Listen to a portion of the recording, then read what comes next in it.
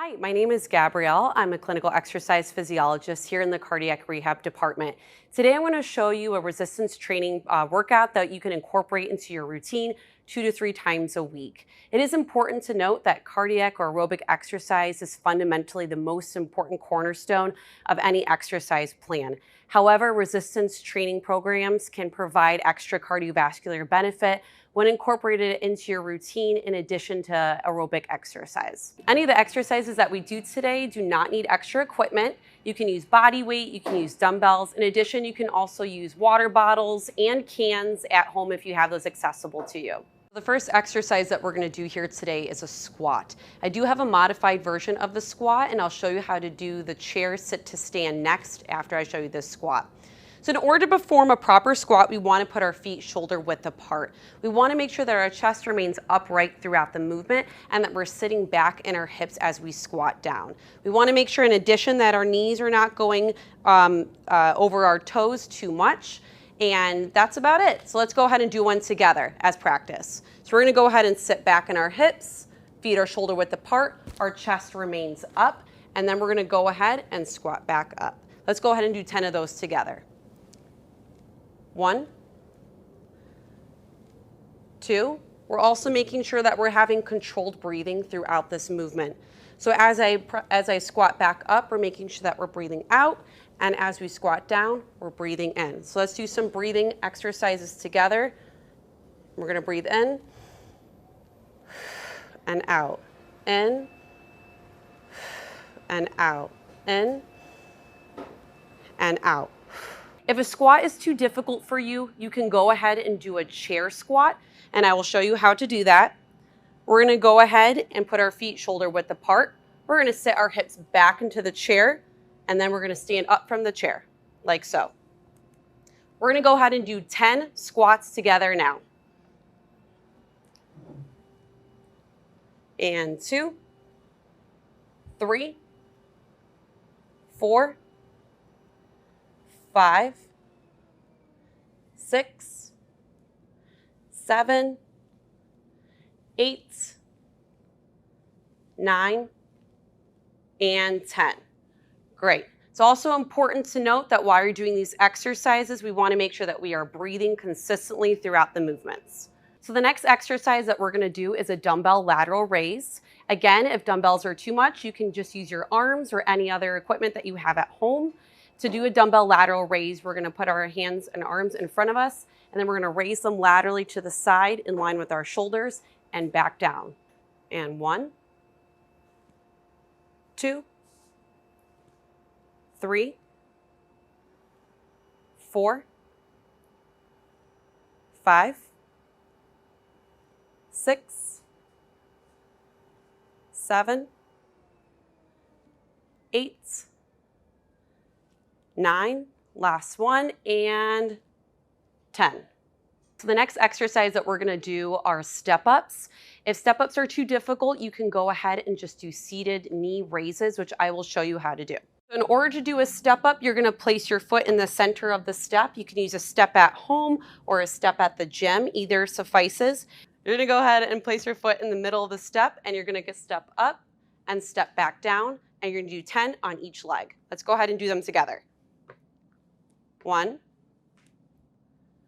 2, 3, 4, 5, 6, 7, 8, 9, and 10. You're going to want to go ahead and switch to the other leg once you finish doing 10 reps on that leg. If step-ups are something that you don't think is suitable for you, you can go ahead and sit in your chair and we can do knee raises instead. So what we're going to do is we're going to lift one knee up, place it back on the floor, lift the other knee up and place it back on the floor. We're going to do a total of 10 for each leg. Let's go ahead and start. 1, 2, 3, 4, 5, 6, 7, 8, 9, and 10. Go ahead and switch to the other leg. The next exercise that we're going to do is a bicep curl. In order to perform a bicep curl, you're going to want to hold your weights in the center of your palm with your palms facing forward. You're then going to want to curl your weights towards your shoulders and back down. Let's go ahead and do 10 together. 1,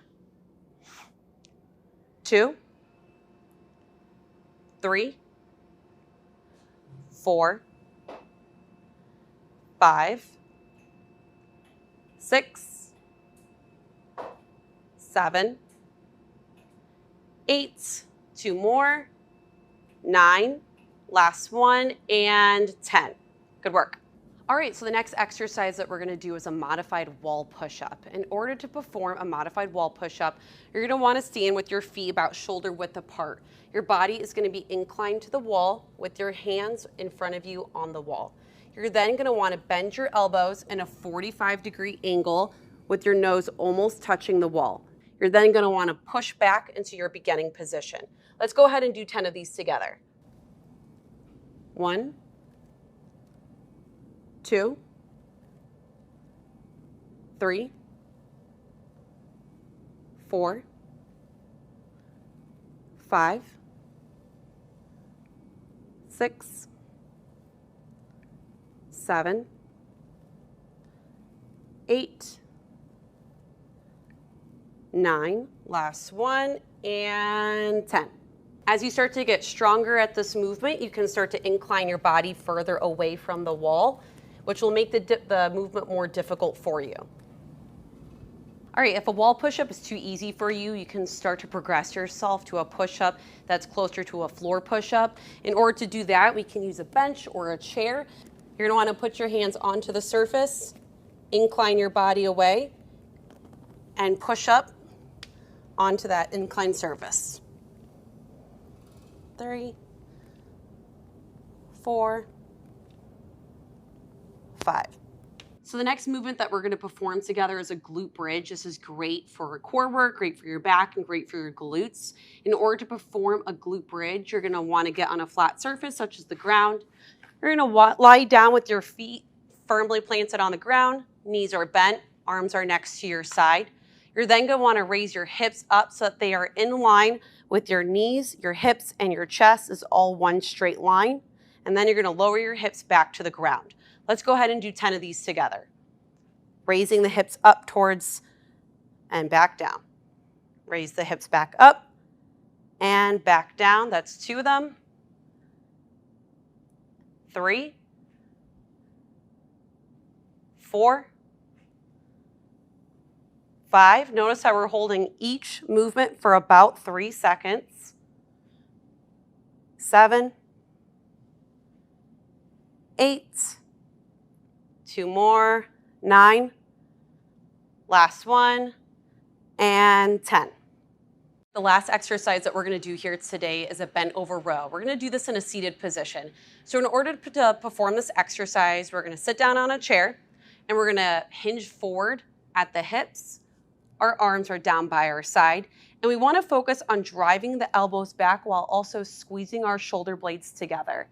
And then we're going to lower the weight slowly down by our side. Let's go ahead and do 10 of these exercises. 1, 2,